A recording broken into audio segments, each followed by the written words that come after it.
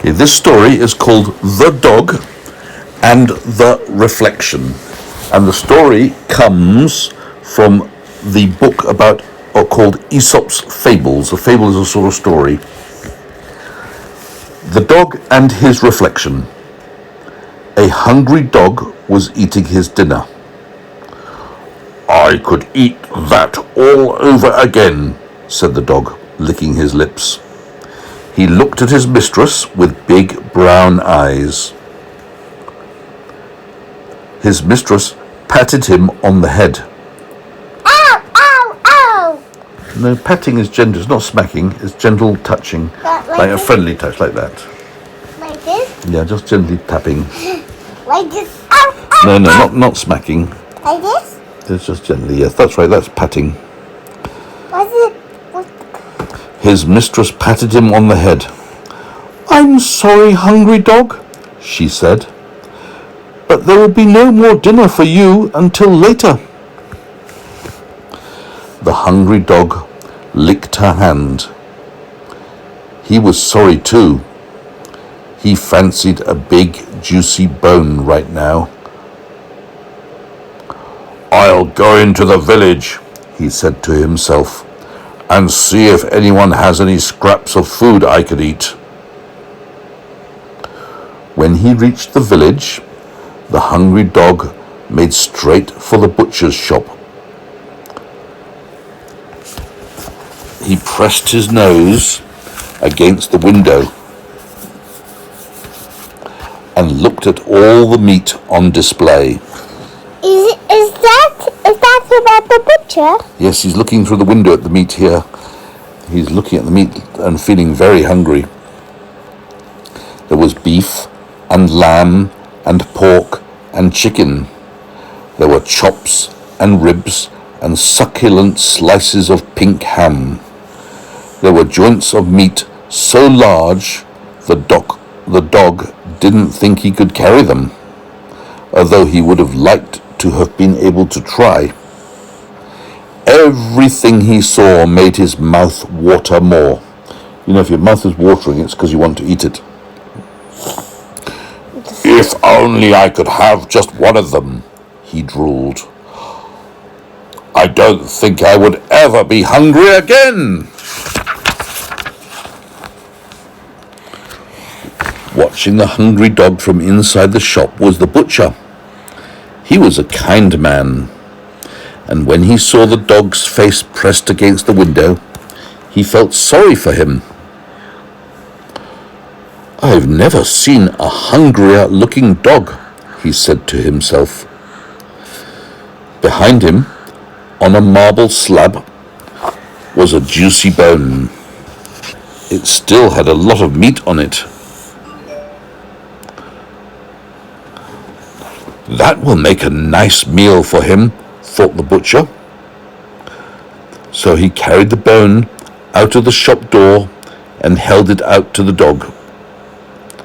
The dog looked longingly from the bone to the butcher.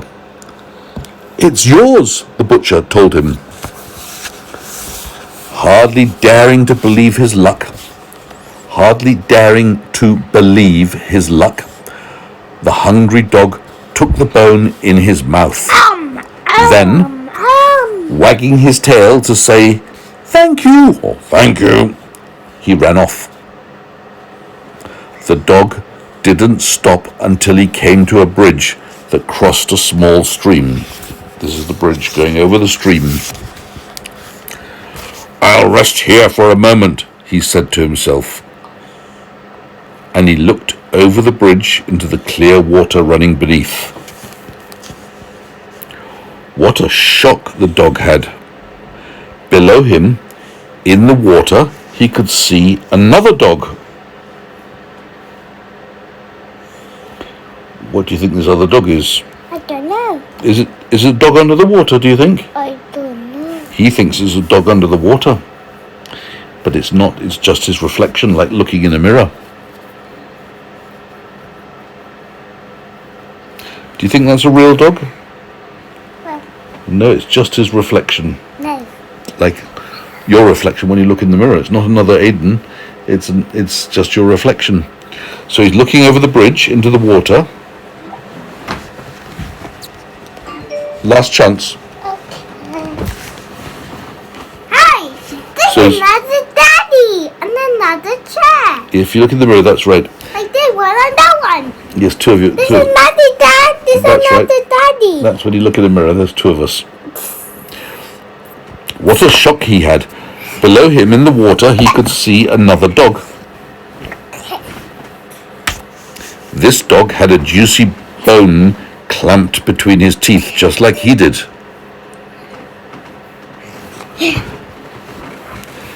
His bone looked bigger than mine, thought the hungry dog. And he was so envious of the bigger bone he could see in the water that he opened his mouth to bark at the other dog. As soon as the dog opened his mouth, the juicy bone fell from between his teeth and into the water. The bone made a great splash, creating ripples and waves in the stream. There's another bone here. Let's get to it. The bone made a great splash, creating ripples and waves in the stream. Suddenly, the other dog disappeared. The hungry dog realized that he'd just been looking at his own reflection. He watched as the rushing water washed his precious bone downstream. Now, instead of two juicy bones, he had none. Because he had been so greedy, he had lost everything. No. Feeling very disappointed, the dog lay on the bridge with his head resting on his paws. If only I had been satisfied with just one bone, he thought sadly. When the hungry dog arrived home, his mistress was waiting for him. "I've been looking for you everywhere," she said. "I have something for you." The dog's mistress held up a large, juicy bone. "I found this in the stream that runs through the bottom of our garden." It was his bone, wasn't it? The dog's bone. The mistress had found it. The hungry dog couldn't believe his eyes. It was his bone that the butcher had given him. The bone that he had so stupidly lost in the stream. Gently, he took the bone from his mistress and gave a wag of his tail. As he finally settled down to eat his tasty treat, the dog vowed Hard. never to be greedy again. It's too hard for him. The moral of the story is always be satisfied with your lot or risk losing it altogether. That's another song. That's the moral of the story. Always be satisfied with your lot or with whatever you've got and don't want more. So if you've got one jelly baby, don't want to have them all, okay? That's the moral of the story. We'll read this next story another night.